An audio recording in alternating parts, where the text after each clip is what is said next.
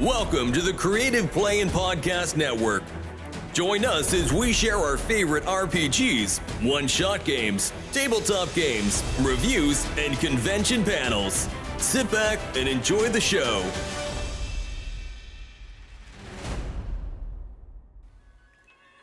Hi, this is Kelly, aka Trixie from Ragnarok and Roll, assigned to Ragnarok Story, and Tilda Wimblewick from D&D Journey of the 5th Edition. First off, I would just like to say thank you to everyone for listening to our varied adventures, as well as for rating us on iTunes and rpgpodcast.com. If you haven't rated us yet, we would greatly appreciate it if you could. And if you're looking for more ways to support our efforts, we are now on Patreon, a great site where you can help us continue making more podcasts, as well as some special surprises for our patrons. If you can, please look us up at www.patreon.com/cppn.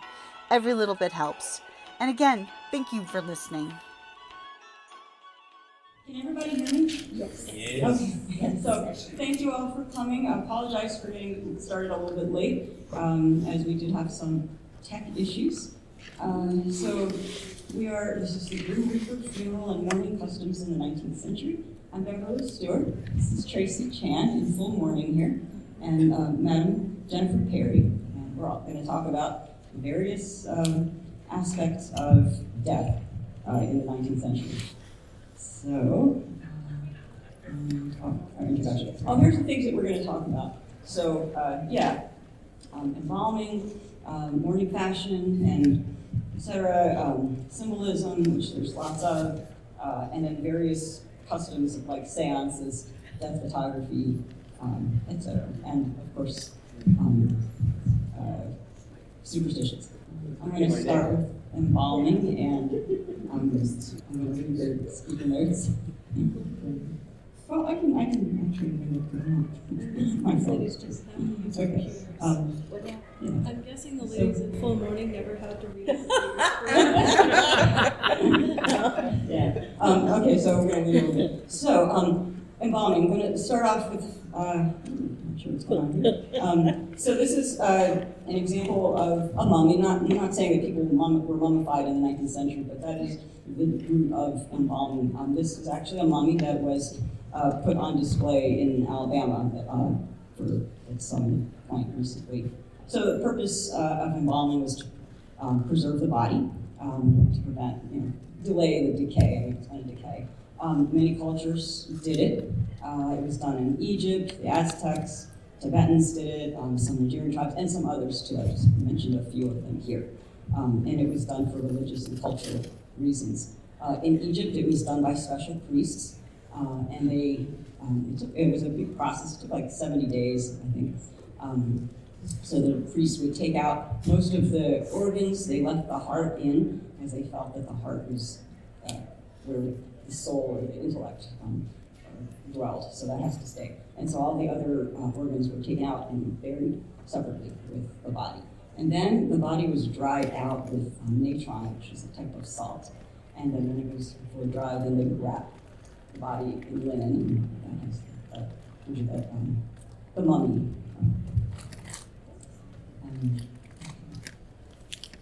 All right. Okay. So here's an example of some embalming fluids that were used in the 19th century.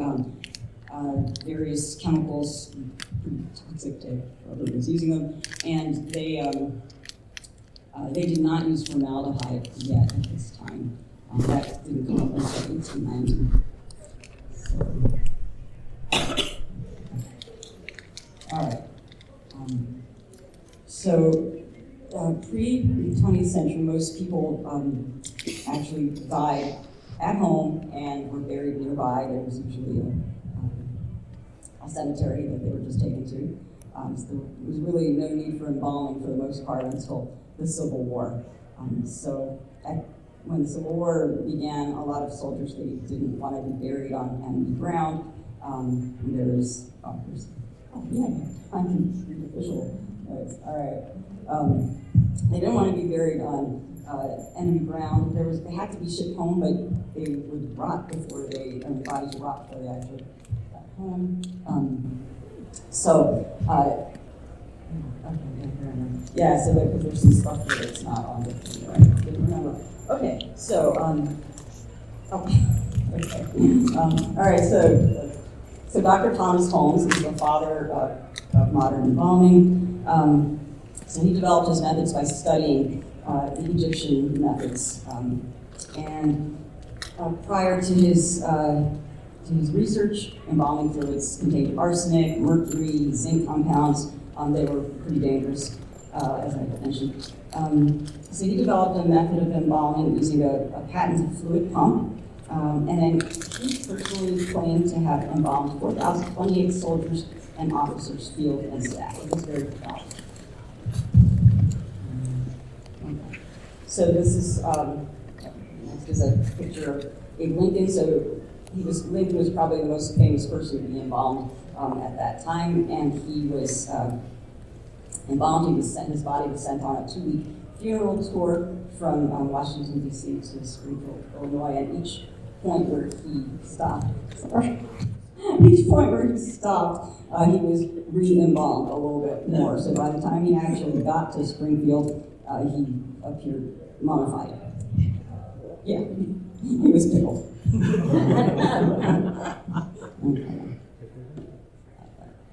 Okay, so grave robbing. Grave robbing was a thing that happened. So medical schools needed cadavers. Grave robbers called their business resurrection. Baltimore was a big hotbed of grave robbing. I believe we were talking about Maryland just recently, and a couple of us. And so there was Baltimore had a lot of medical schools. Johns Hopkins is a famous one. There's some others in nearby states. So Maryland had a temperate climate, so it was easy to dig the graves in the winter. So the ground wasn't frozen as it was in some nearby states. So medical schools often recruited their janitors to be on the lookout for freshly buried bodies.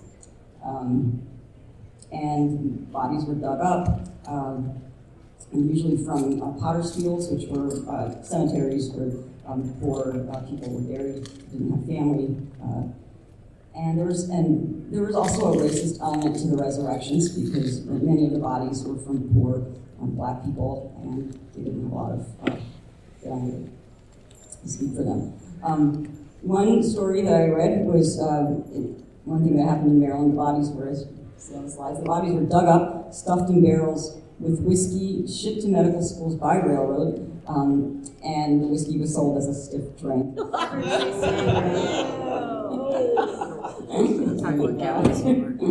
And this continued for over 70 years. They got away with this horrible thing. This is a bad joke. Okay, and that now I can. Okay, I'm going to see if I can stand up and you can hear me. I know you think from the sound I probably called a lot of animals across the farm or something, but I haven't, but it's just mostly my relatives. How many do you want me to change songs? Okay. Just whenever you feel like it. By the way, if you like any of my little stuff up here, like the skulls or the flower or these, I usually have a door prize drawing at any of my events if you've ever been to them. But for this one, this is Tracy was just having trouble, and she said, "What did the Victorian widow have trouble with her laptop and stuff?" At the end of this, I want somebody to give me a really good name of a Victorian widow dating website. Okay? I want one of you to come up with something, you know.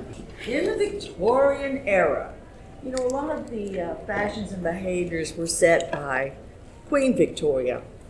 She died, after her husband, Prince Albert, died. Now, can you hear me in the back? All right. They had 14 children. She had 14 children, and then he dies. Just saying. Anyway, so they set the style for how people dress, how they mourned, and it was the clothing you wore and how you wore it. Like, was this over or back? This failed. To find the stage of grief you were at the time. The rules were pretty strict, but there was some open interpretation, especially for gender and age. Factors would have to do with your relation to the deceased, the age of the person who was mourning, your financial status, personal choice, and the social expectations. Because to demonstrate and affirm one's gentility and respectability, you would have to mourn properly dressed and for a certain amount of time. Now for women, your husband dies, you have 2 years. 2 years minimum to mourn. Some women just kept on wearing them. If your parents died, 1 year's good. One of your children, a year. When it got to like grandparents or your brothers or sisters died, 6 months, 3 to 6 for aunts and uncles. So you can see where everybody felt. I have no idea how stupid this looks, but I know it feels weird. It's not folding right, and that's why it keeps hitting you in the face. Oh, okay. So. Sorry. No, That was probably annoying you. Yeah. What do we usually call the clothes that widows wore? Weeds. Weeds. You know what that came? I used to wonder, why would they say weeds? It was like they got weeds from the cemetery when they were walking. What was it? You know where it came from? It's an old English word. I don't know how to pronounce it. Waed, spelled W-A-E-D. And it meant garment or clothing. So the widow's weeds became widow's weeds. Doesn't sound so pretty, does it? Oh, Lord. Now I'm telling all of this instead of in front of the queen of it all, y'all. I love you too. The fabrics, of course, were all black. Oh, who did I leave out? And who was mourning and how long? Husbands. Exactamente, mi amigo. Because the husband could get away with 6 months. Why? Well, he needed to be free to find a stepmother for his little children left behind. So he could even cut back to just a black armband for a while. It's 6 months, that's good, yeah. He's back in play, as it were. The clothes, of course, were all dark and black and crepe, and if it was even something more sheer, it had to be, not see-through. The veil was worn on the front if you were out. The reason given was that you didn't want to see the widow's crying eyes. And also, because her husband had left, was dead, or because he had left everything to his mistress, whatever the reason. You didn't want to see the pain she had in crying eyes. And there was some superstition about maybe the soul near the end of the deceased would get attached to somebody else. Souls did a lot of reattaching, rehoming themselves and so forth. So, of course, another reason why they wouldn't have wanted to wear those veils so long. Now, in the house, just with my family, you could just wear a widow's cap, like just a little black hat. But also the dyes that they used to make all these things so dark would be very irritable. They could just cause everything from eye irritation to rashes to even blindness. The veil would literally make you cry. It was haunted. She's right. You haven't seen her yet, have you? Now, sometimes after so many years for the widow, she could after 2 years, she could move to things like some grays or some lilacs. I don't know where. To me, lilac's a happy color, which is some muted purples or something. But the rules, for many people, the rules seem to elicit classicism and created hardship for those people who couldn't afford them.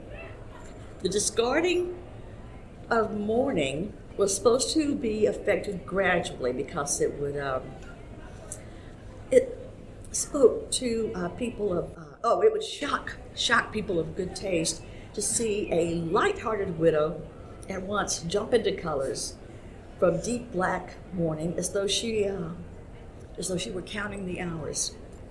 You can't let them know you're counting. All of a sudden, the detective is sus. So, now children were really put in black. One of the reasons was that they just didn't want to depress them and make them feel cowered in with all the dark clothing. And of course, this would just be the upper class kids, not the kids that had to work anyway. Any questions about the mourning clothes? Or there's a lot more too as far as the jewelry you would wear. It'd be something simple. You didn't want to attract attention if you wore any jewelry. It's like that, or colors. But also there were specific types of jewelry that were made with hair, and Tracy's going to tell you more about that later. And also about different types of etiquette and how people would have cards but had to look a certain way, be printed a certain way. So she's going to share all those good things with you. The only other thing I had was the widower. Still thinking about that dating app. Have you got any idea yet? Play ball courtships. What? What was that? Play ball courtships. Okay. I used to know a guy who would go to this musician after his wife died. People would go, he'd be going, "Hi, I'm Wayne. Did I tell you I was a widower?" And then I found a cartoon in the New Yorker, and it's out in the desert. It's a bar. It's the bartender there, and there's a guy sitting at the bar and a woman, and the woman's looking at the man going, "A pillar of salt, you poor man." And the bartender's looking like. So that's my part on just the dress part of the customs. Do you have any questions or anything else? How about for a dating app instead of eHarmony, since it's from the Victorian, but VHarmony? What for me? VHarmony instead of eHarmony? Oh, I like it. I like it. Everybody's going to hit it from us. I really need that. Ma'am, I did have one idea. All right. Back in black, find you next morning. What was that? Back in black, find your best next morning. Kind of love it. Oh, yes. Everybody come up with a dating app for Victorian widows. Was it plenty of wills? Great. I hope you'll forgive my impropriety, folks. I'm going to show my face now. Please be aware that it might be hideous. This is sudden, and I feel like you're doing this too quickly. You need to gradually. By layers. Oh. Too quickly. The veil has spoken. So, what I'm wearing today is a first stage mourning veil, which was typically a block of sheer fabric lined, could be as large as 6 feet. So a woman in mourning in the Victorian era basically looked like a walking black triangle. However, they were able to accessorize. They did have mourning jewelry. Maybe I should just use this. Can you guys hear me better? Yes. So Victorian mourning jewelry was definitely a thing. It was a huge fad because, well, death was so common and so many people were in mourning so much of the time, including the very interesting jewelry that Queen Victoria wore to mourn her, 9 children that passed away, plus her husband, Prince Albert. It was something like that. So up in the top right, I have a picture of Queen Victoria's actual mourning jewelry up there. And some of it was actually sold at auction. So a bit shocking, but also a priceless treasure. Victorian mourning jewelry often featured more sentimental imagery than the skulls and crossbones of the Renaissance era.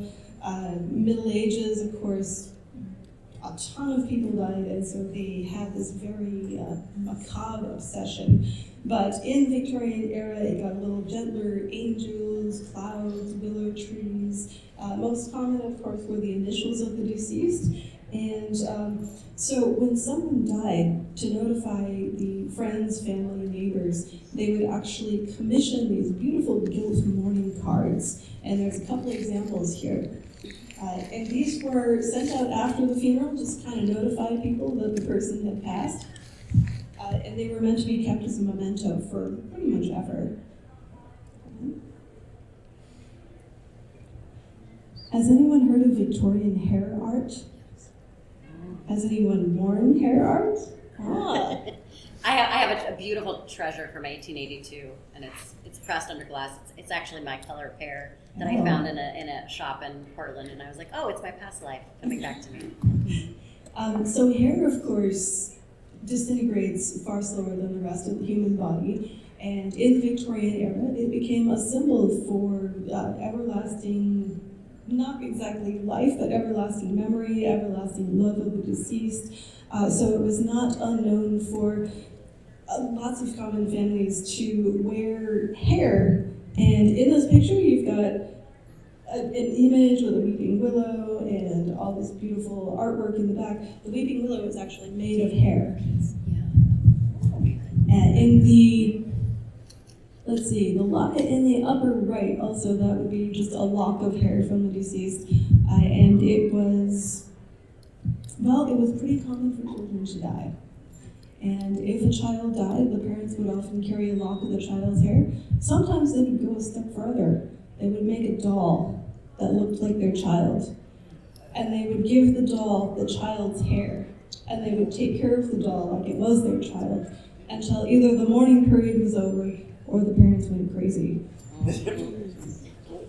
Plot for the next horror movie, right? Yeah. Flowers and candles we always think of as very common funeral arrangements. Back in the Victorian era, they were kind of necessary. It stank when someone died. And especially if they died during the summer, the body was laid out on a bier and everyone had to come and pay their respects. And if you were traveling by carriage from 3 cities over, that might take a little while. In the days, weeks that you were waiting for the most important mourners to show up, the flowers and candles masked the scent of the body decaying. So that's fun. All right, we're going to talk about the best part, Victorian fads.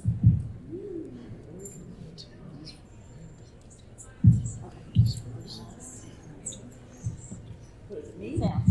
Oh, okay.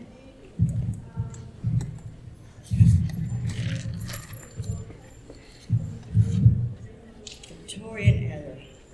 What a time to be dead. Gone but not forgotten, and everybody still wanted to talk to you. Everybody had a question. Everybody wanted to go on and on and on about something.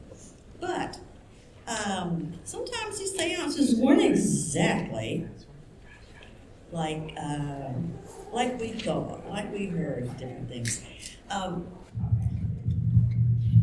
The Victorian era, there were a lot of advances in science, technology. You know, we got the light bulbs, we got telegraphs. You can still hear me, right? Okay. Yeah. Yeah, it's just that kind of that little rolling thunder back there. People seem to feel like they had more advances in their lives as far as knowledge, education, scientists, so forth. What kind of things do we have? Telegraph, sewing machine, lights. What else? Anybody? Electric massager. Electric massager?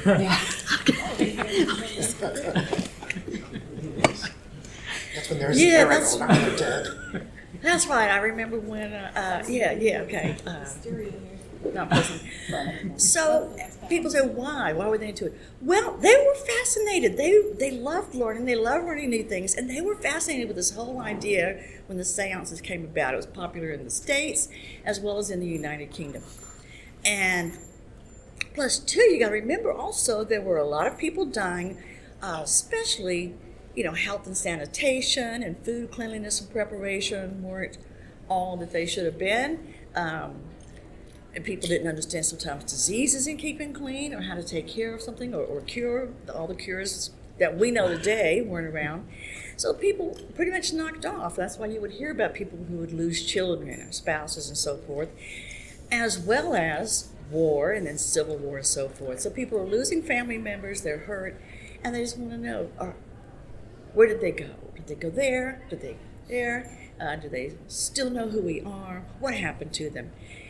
And then the psychic mediums. Well, the spiritualist movement was also a big thing, and it was heralded by some pretty big name people. Even Sir Arthur Conan Doyle even set aside working on Sherlock Holmes novels for, 6 months, a year or something to dig into spiritualism. He was a very big proponent of it. And people also in both countries were into it. Of course, Queen Victoria, because she wanted to reach to her beloved husband, Prince Albert. And even in the States, people like, I have these scientists' names,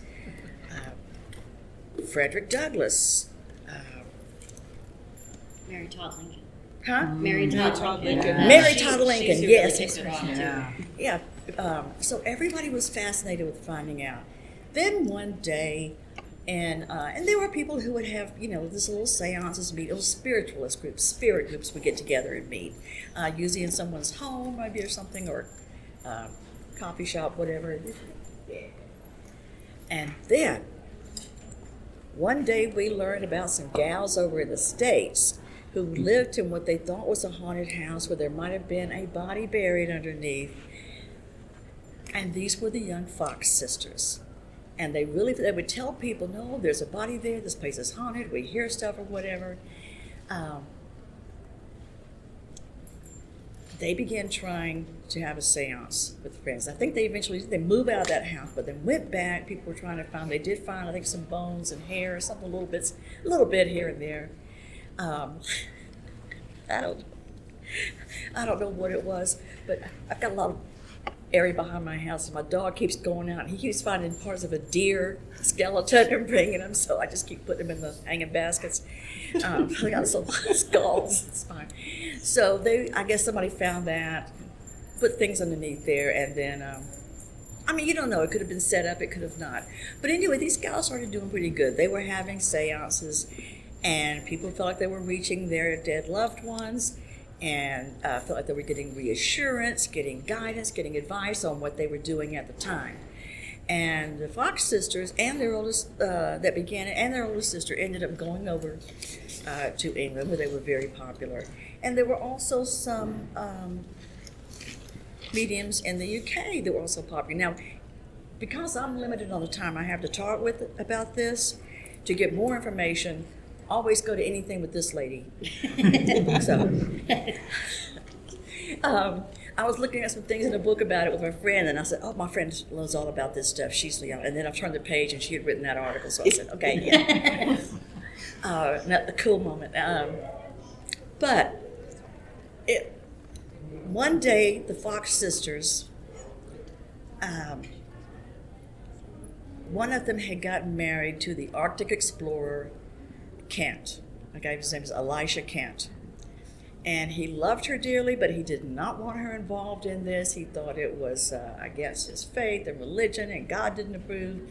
And he really he had her convert to Catholicism, thinking that, well, because there's, things with like spirits and saints, that'll kind of take care of her excitement, Like, did you ever see the Bletchley Circle? Okay, when the woman's husband finds out that she might have, he goes, well, I bought you some crossword puzzles and stuff. Won't that kind of help your need to figure stuff out, help you out? But he really wanted her to denounce it, not do it. So after he died, she did.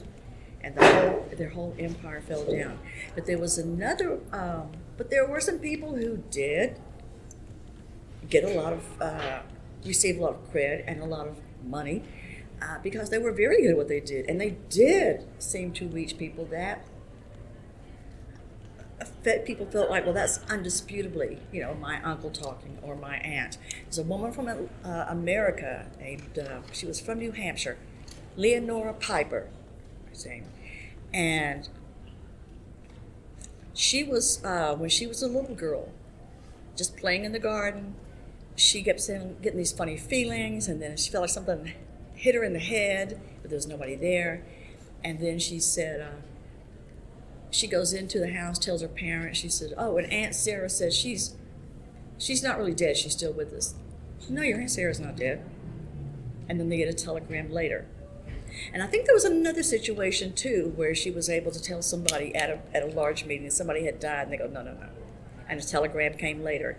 So Leonora Piper, at one time, was making $20 per session, which would be about $500 or so today.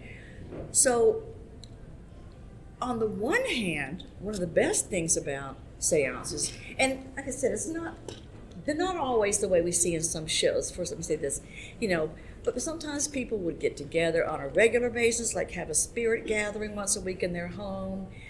Sometimes they would open with a prayer, maybe some songs or talking about someone, then put their hands together and then try to reach out to the spirits and see who reached back, if they heard a knocking.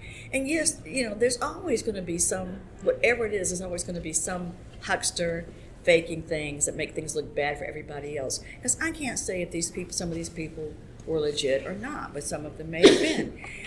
But think about, too, at the time that this was happening in the Victorian era, say you've got a woman who doesn't have a lot of money, who does seem to be experiencing some psychic ability, or say she's widowed, she suddenly has a business, and she suddenly has income to help herself and her family. So it's hard to look at everything, in like a one or the other or a black and white way. But in some ways it was very good, but for people who needed money. But if people were getting ripped off, of course that's bad. But have any of you, I know somebody's had seances or done seances, whether you were a kid or when you were older. Anybody? Really? Anybody else? Was it when you were kids? Tell me, what did you do?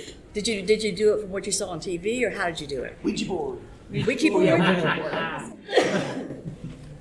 Ouija board, okay. And did you get any results?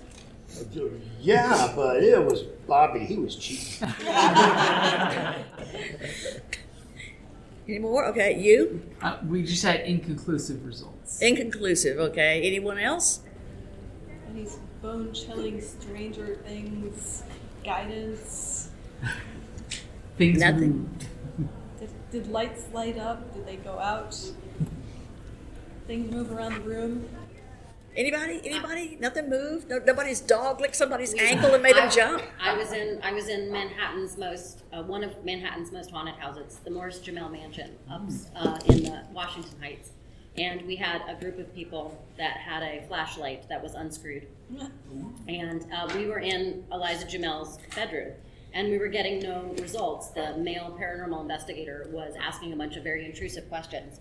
And so I said, at a certain point, I just blurted out, and I wasn't running this. I was just a participant. It was just there to make the museum money because it costs millions of dollars to upkeep this colonial mansion in uptown Manhattan.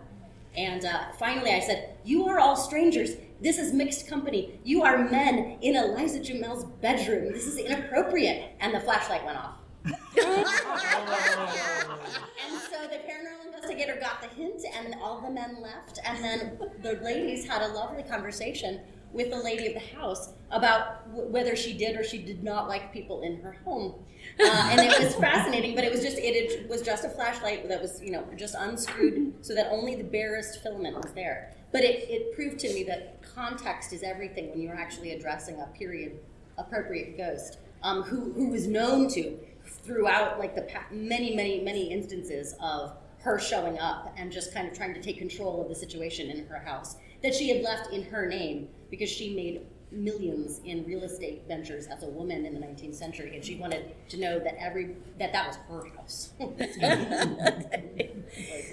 I remember having a girlfriend spend the night with me once when I was in high school, and I have and she was all into witchcraft. We would hear people talk about, they were into witchcraft, and this was back in probably around 1970 or 71. And I remember my youngest brother, Scott, my parents doted on him. Everything he did was cute. Even if it was wrong, it was cute. And so my friend, she made a pentagram and put my mother's whole name on there. And she went by her middle name, not her first name. But then she put some sealing wax on. That was all the rage then too. And my little brother I don't know why he was in there when she did that, but he did it. He goes into her room and says, and calls her by her first name. He goes, "Hey, Marjorie." She turned into another beat and beat the crap out of him, and she's never hit him before or since. So I just said, okay. So yeah, there we go. Okay. All right. Well, you have any more questions for me? Thank you so much. And Please forgive me, folks. I'm Once going to again. show my face again. So soon. Just for a moment. Too soon. Too soon. She's smiling too. She's participating. Is she suspicious? plenty of widows. Victorian. Did anyone come to our panel last year about serial poisoners? Yes. Just a completely unrelated side question. No, I got very related. So this is an especially fun topic for me because I am a professional photographer, and this is actually the death photo fad and headless photo fad are two completely separate things. But on the right we've got a headless photo, which was quite interesting, and it was pretty much the earliest example of Photoshop. Victorian Photoshop, if you will. So they created these crazy headless photos by taking two images and then processing them in such a way that they could kind of cut and paste the head and then place it in her hands. So there's a whole lot of these. You can actually find some of them for sale on eBay today, if that's what you're into. Now, this handsome dead guy right here, let's talk about him for a moment. He was, let's see, died in 1858, approximately, and his family dressed him up, cleaned him up, combed his beard and mustache out, and then decided to sit him for portraits.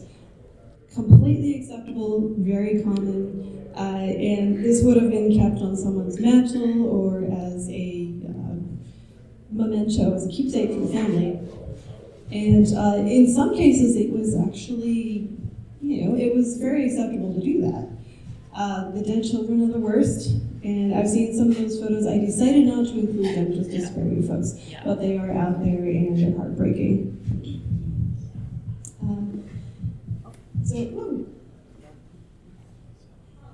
I just wanted to point out that these exist, and there's actually a lot of them in circulation today. There are people with large collections. You're nodding your head like you have some. Just a couple. Do you have any tips on where to find interesting photos like this? I mean, if you find like an antique shop that has like an oddities kind of thing, there is a traveling show, the Oddities Expo, that will come around to different cities. So keep track of the Oddities Expo and when it comes, and that is a very good place for it. Also, my friend Amanda Woomer runs the Traveling Museum of Memento Mori, and she very often will have, when she sets up her museum, she's based out of Buffalo in upstate New York. When she sets up her museum, she has a bunch of those in her possession, and then that helps fund the museum as well, which is talking about death customs as sort of which she finds to be very, very healing in dealing with her own modern loss. So that's I think in some ways why it's coming back into fashion, because we as a modern society still don't deal very well with loss. It's something we've really never learned to do. Yes, sir. The Bisbee Museum out in the terrace has some examples. Oh, I'll have to go look at that. Fascinating. So the garden variety of death photography was basically what you would expect at a wedding. They would sit the person up in their coffin, or they would get a nice special chair for them. They'd put them in their best dress or suit, and then the entire family would array themselves around this person. Sometimes they would hold their hand, or they would put a hand on their shoulder to keep the corpse from falling over, presumably. And then the photographer would take a photo of the entire family with the corpse, and that would be their memento. And yeah, that's my question. There was a book that I found.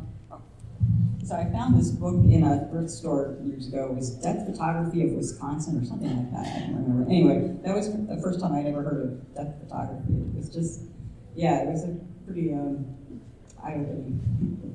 Okay, so customs and superstitions. So there were a lot of superstitions during this time.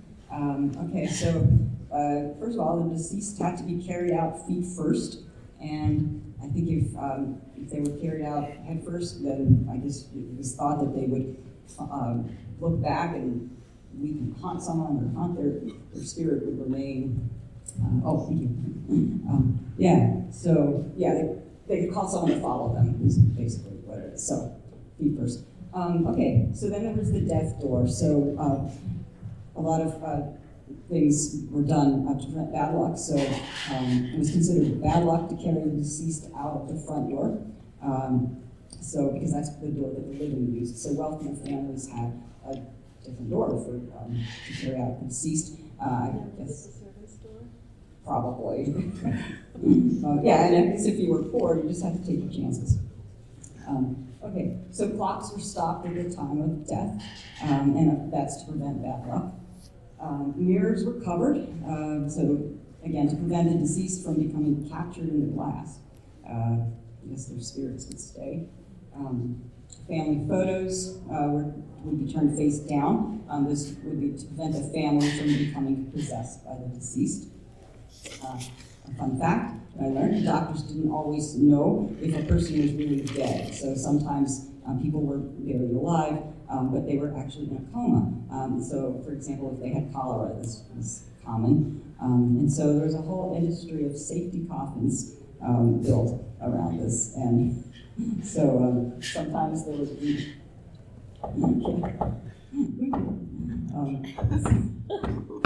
I know. Yeah. So that way, if you were, actually alive, you could, hopefully someone would hear you bang on the lid of your coffin. But they would often have a bell. Sometimes a bell would be inside the coffin, so you could ring the bell. If you were lucky, the grave digger or somebody would hear the bell go off, and they would come and dig you out. You have to be around. And sometimes the grave diggers were paid to keep watch and listen for the bells. And grave robbing was a concern because, you could still get in there. So some graves are actually roofed over or covered with a protective grate. So then, if you were still alive, Sorry. But no one was going to go in there and get your body either. So. And you wouldn't turn into a vampire. That's right, no vampires. Yes. Many things. I really genuinely don't know what they did in the Victorian era when they had to read computers. So why don't you conclude with just a brief discussion of the concept of memento mori. It lasted for, it's been around since long before the Victorian era, of course. And basic translation is remember that you must die. Egyptian, Greek, Roman, every culture has basically had this. If you remember the whole, what was it, 300? The 300 movies? It's a big concept in there as well. Classical antiquity and Christianity, it's not necessarily a bad thing though. It encourages your reflection on your mortality, but it also encourages you to live well. And skulls, hourglasses, flowers, wilting, these symbols that have been part of our art and architecture for, aeons, basically. And so in Christianity, it actually became a sort of reminder of the fleeting nature of the human body and earthly pleasures and urge to focus on the afterlife or on heaven, for better or for worse. In funerary art, it emerges quite a lot on tomb paintings, chapels, sayings on tombstones, and in vanitas paintings, which use objects like skulls and candles to symbolize the temporary nature of life, the impermanence of life. It also influenced a lot of really famous literature and music, of course. Music during the Middle Ages, during the plague, when everybody was dropping dead, memento mori. One day your friends, your neighbors, your family could be there, and the next day they couldn't. It was just a fact of life. In modern times, danse macabre. If you folks actually go out to the temporal entourage out there, the T-Scouts, there's a quest for doing the dance macabre. I'm not going to tell you what it is, you'll have to figure it out for yourself. Skulls do help. Carrying a skull naturally gives you points. philosophers like Camus and Jean-Paul Sartre reflected on it. They urged people to confront death, live meaningfully, and memento mori thus serves as a reminder for us to remember death, remember our mortality, but also remember the importance of living with purpose. And that's where we'll leave you. Beverly Stuart, I'm Tracy Chan. This is Madam Jennifer Perry. Thank you all for coming to our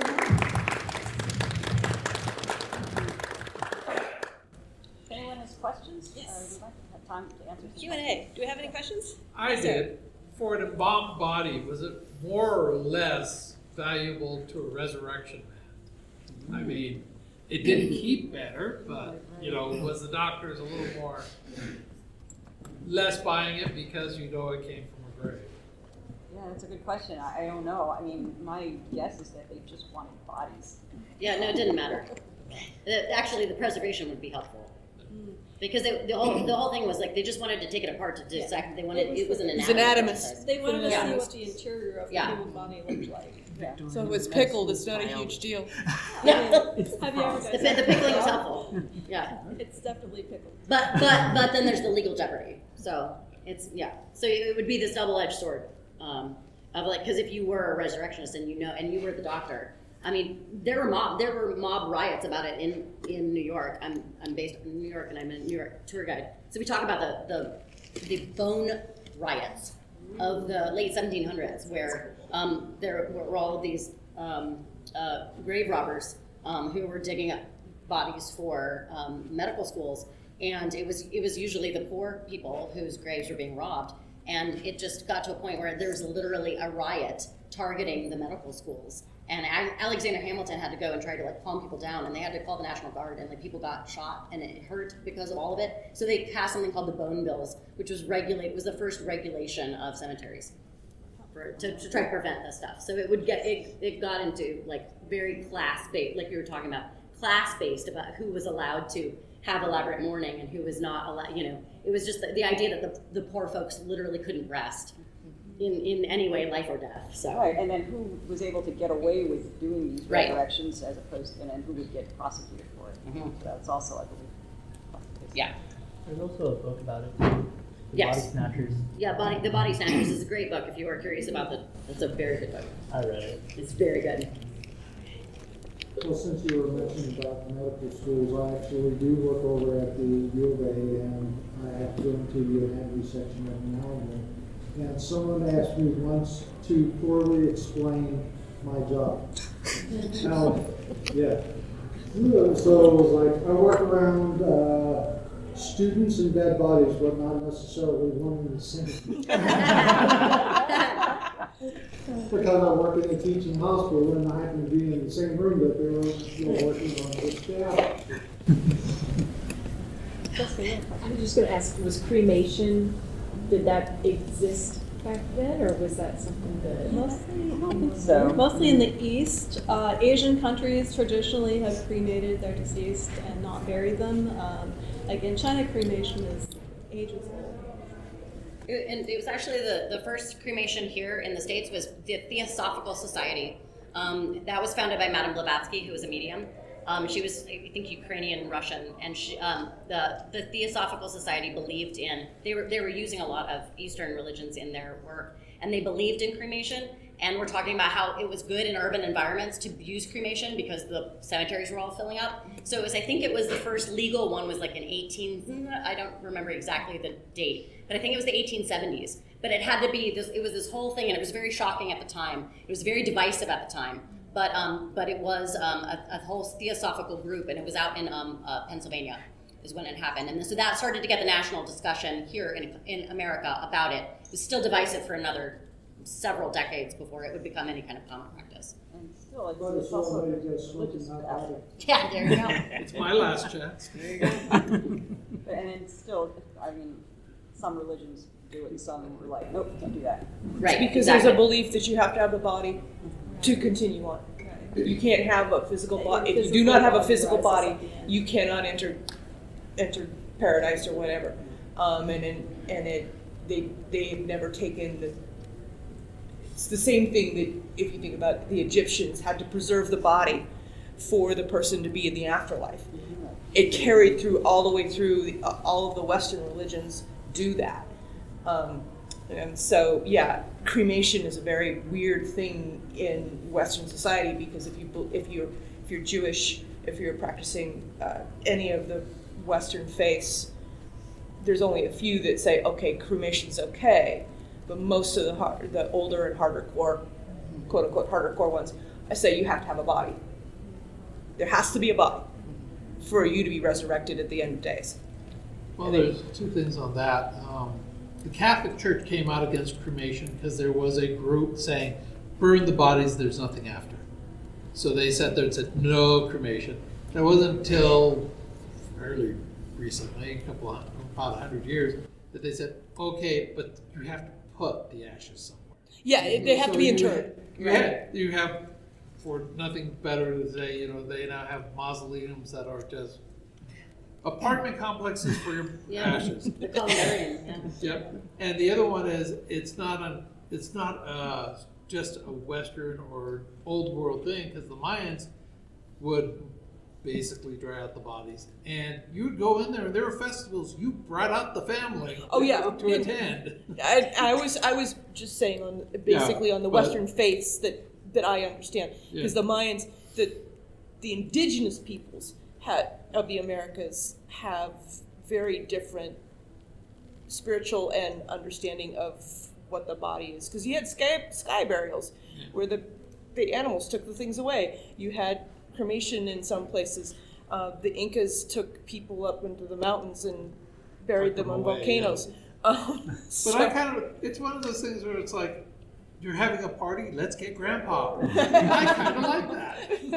That actually is in parts of Southeast Asia. The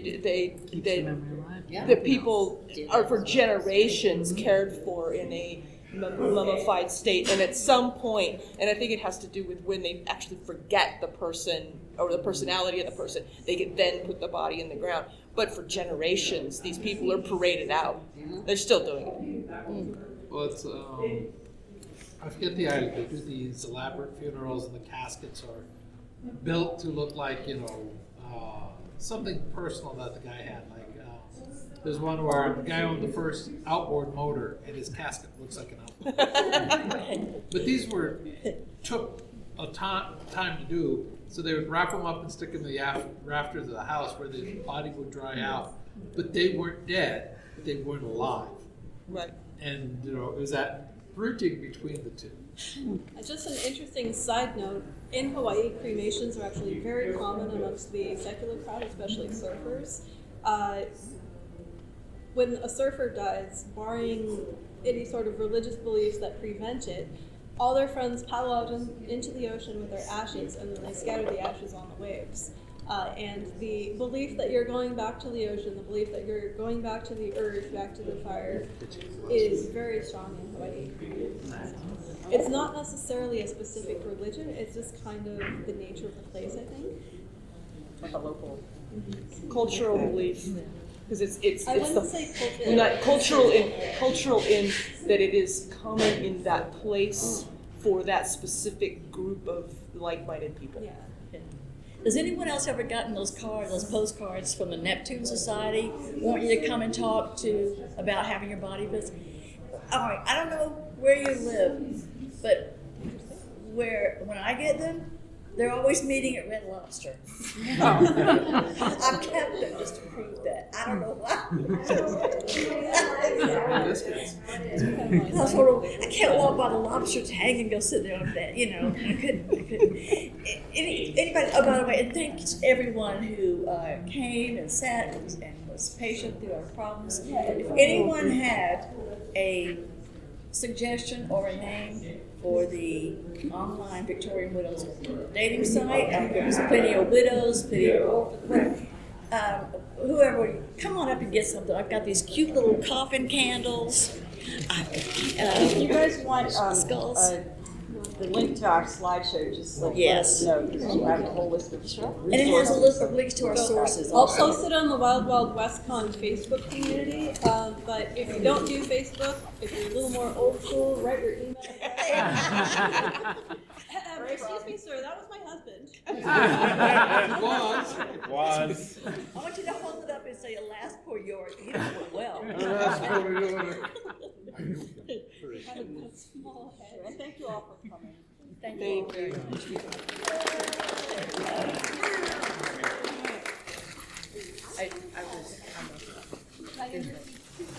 Thank you for listening to the Creative Play-In Podcast Network. If you enjoyed our show, please check out D&D Journey of the 5th Edition and Ragnarok Enroll a Scion Hero to Ragnarok Story. Also, check out our Patreon page for more content and behind-the-scenes things, as well as joining us for a one-shot game or two.